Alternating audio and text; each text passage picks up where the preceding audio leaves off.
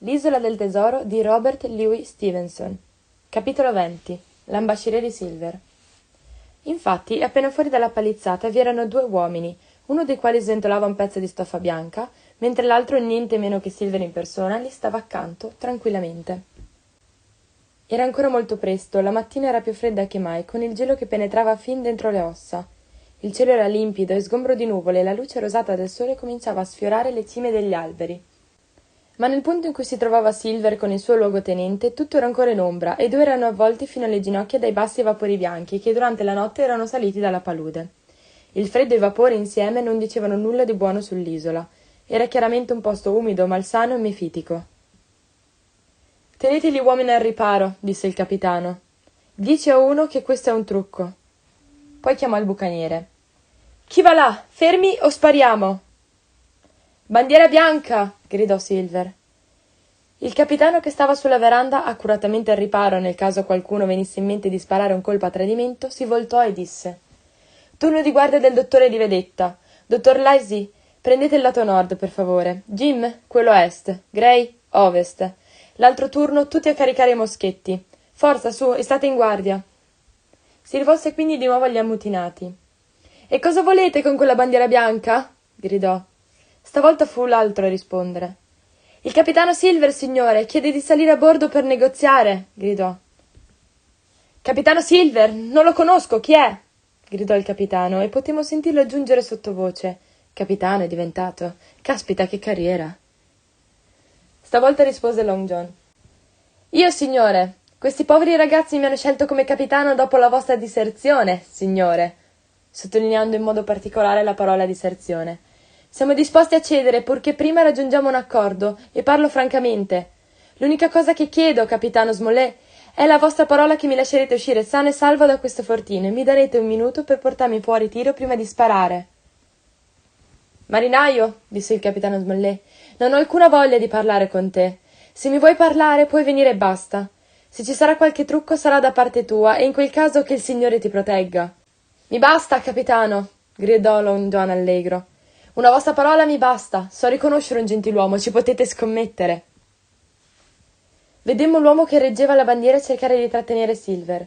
Né c'era da stupirsi, vista la risposta sprezzante del capitano. Ma Silver scoppiò in una sonora risata e gli diede una pacca sulla spalla, come se l'idea che ci fosse qualcosa da temere fosse un'assurdità. Poi si avvicinò alla palizzata, gettò la gruccia dall'altra parte, alzò la gamba e con gran forza e destrezza riuscì a scavalcare la recinzione e saltare dall'altra parte senza un graffio. Confesso che ero troppo preso dagli avvenimenti in corso per servire ad alcunché come sentinella. Anzi, avevo già abbandonato la feritoia che dava verso est, e quatto quatto mi ero portato dietro il capitano, il quale sedeva sulla soglia con i gomiti sulle ginocchia, la testa appoggiata sulle mani e gli occhi fissi sull'acqua che dal vecchio caldaio zampillava sulla sabbia. Stava fischiettando. «Venite, giovani e giovinette!» Silver pennò non poco per salire il poggio, un po' perché era ripido e coperto di ceppi, e un po' perché la sabbia era molto soffice, fatto sta che con la coruccia sembrava una nave controvento. Ma tenne duro, davvero uomo, senza una parola, e alla fine arrivò davanti al capitano, che salutò con stile consumato. Si era ghindato di tutto punto. Un'enorme marsina blu coperta di bottoni dorati le arrivava fino alle ginocchia, e alto sulla fronte portava un bel cappello gallonato. «Ecco qua, marinaio», disse il capitano, alzando la testa. «È meglio che ti siedi». «Non mi fate entrare, capitano», protestò Long John. «È una mattinata troppo fredda, signore, per stare seduti all'aperto sulla sabbia». «Beh, Silver», disse il capitano, «se ti fossi degnato di essere un uomo onesto, ora te ne staresti seduto nella tua cambusa. È colpa tua. O sei tu il cuoco di bordo e allora avresti trattato in modo egregio, o sei il capitano Silver, un volgare ammutinato e pirata, che allora vatte a impiccare». «Va bene, capitano», replicò il cuoco, mettendosi a sedere sulla sabbia come gli era stato detto. «Dovrete darmi una mano ad alzarmi, ecco tutto».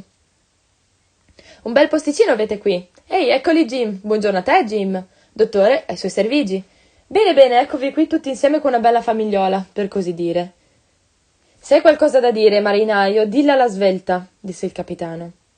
«Giusto, capitano Smollett. Il dovere è il dovere, certo. Ecco, allora, proprio un bel lavoretto quello che avete fatto stanotte. Non c'è che dire, un bel lavoretto. C'è qualcuno tra voi che ci sa fare con una punta di palanchino.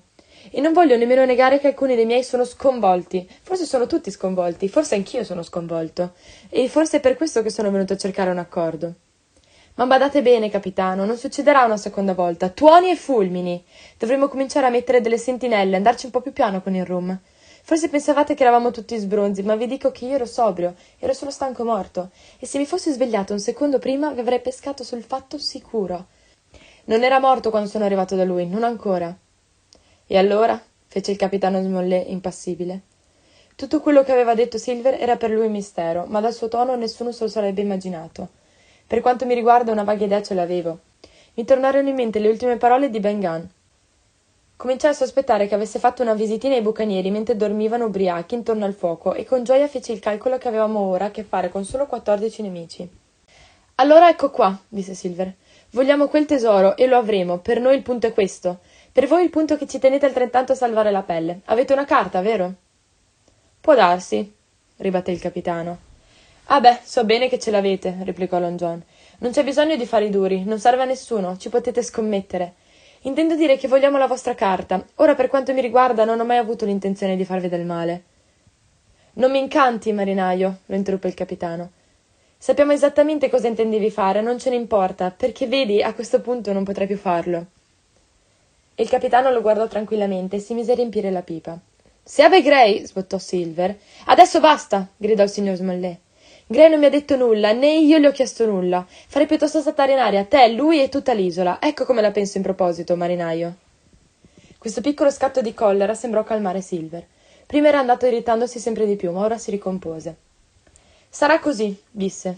Figuriamoci se mi permetto di discutere quello che dei gentiluomini decidono di fare o non fare a seconda del caso. E visto che voi state per farmi una pipata, capitano, mi prendo la libertà di fare lo stesso. Caricò la pipa e l'accese, e i due se ne stettero per un po' a fumare in silenzio, guardandosi in faccia, pressando il tabacco e di tanto in tanto piegandosi in avanti per sputare. Vederli era come assistere ad uno spettacolo. Allora, riprese Silver, sentite un po'. Voi ci date la carta per trovare il tesoro e smettete di sparare dei poveri marinai e di sfondargli la testa nel sonno. Fate così e vi diamo un'alternativa. O venite a bordo con noi una volta caricato il tesoro e allora vi giuro sulla mia parola d'onore di sbarcarvi sani e salvi da qualche parte. O, se questo non vi sta bene, perché va detto che alcuni dei miei marinai sono violenti e hanno qualche conto in sospeso per i vostri abusi, allora potete restare qui se volete. Ci divideremo le provviste un tanto a testa e io giuro, anche in questo caso, di dar parola alla prima nave che avviste e mandarli qui a raccogliervi. Ora dovete ammettere che questo è parlare chiaro. Un'alternativa migliore non potreste avercela di certo, e spero, disse alzando la voce, che tutti i marinai di questo capanno abbiano sentito quello che ho detto, perché quel che è detto a uno è detto a tutti. Il capitano Smollett si alzò in piedi e si svuotò la pipa nel pano della mano sinistra. Tutto qui? Domandò. La mia ultima parola per tutti i fulmini, rispose John. Se rifiutate non vedrete più me, ma le pallottole dei nostri moschetti. Benissimo, disse il capitano. Ora stammi a sentire tu. Se verrete uno alla volta disarmati, mi impegno a mettervi tutti ai ferri e riportarvi in Inghilterra dove avrete un regolare processo. Se non lo fate, il mio nome è Alexandra Smollett, ho issato la bandiera del mio sovrano e vi vedrò tutti in fondo al mare. Voi non riuscirete a trovare il tesoro, non sapete governare la nave, perché tra voi non ce n'è uno che sappia governare una nave. Non riuscirete a sconfiggerci. Gray, lì, se l'è svignata in barca 5 dei vostri. La tua nave è bloccata, capitano Silver, sei stato sbattuto dal vento sugli scogli e te ne accorgerai. Questo è quanto da dirti, e queste sono le ultime parole gentili che avrai da me, perché in nome del cielo, la prossima volta che ti incontro ti ficcherò una pallottola nella schiena.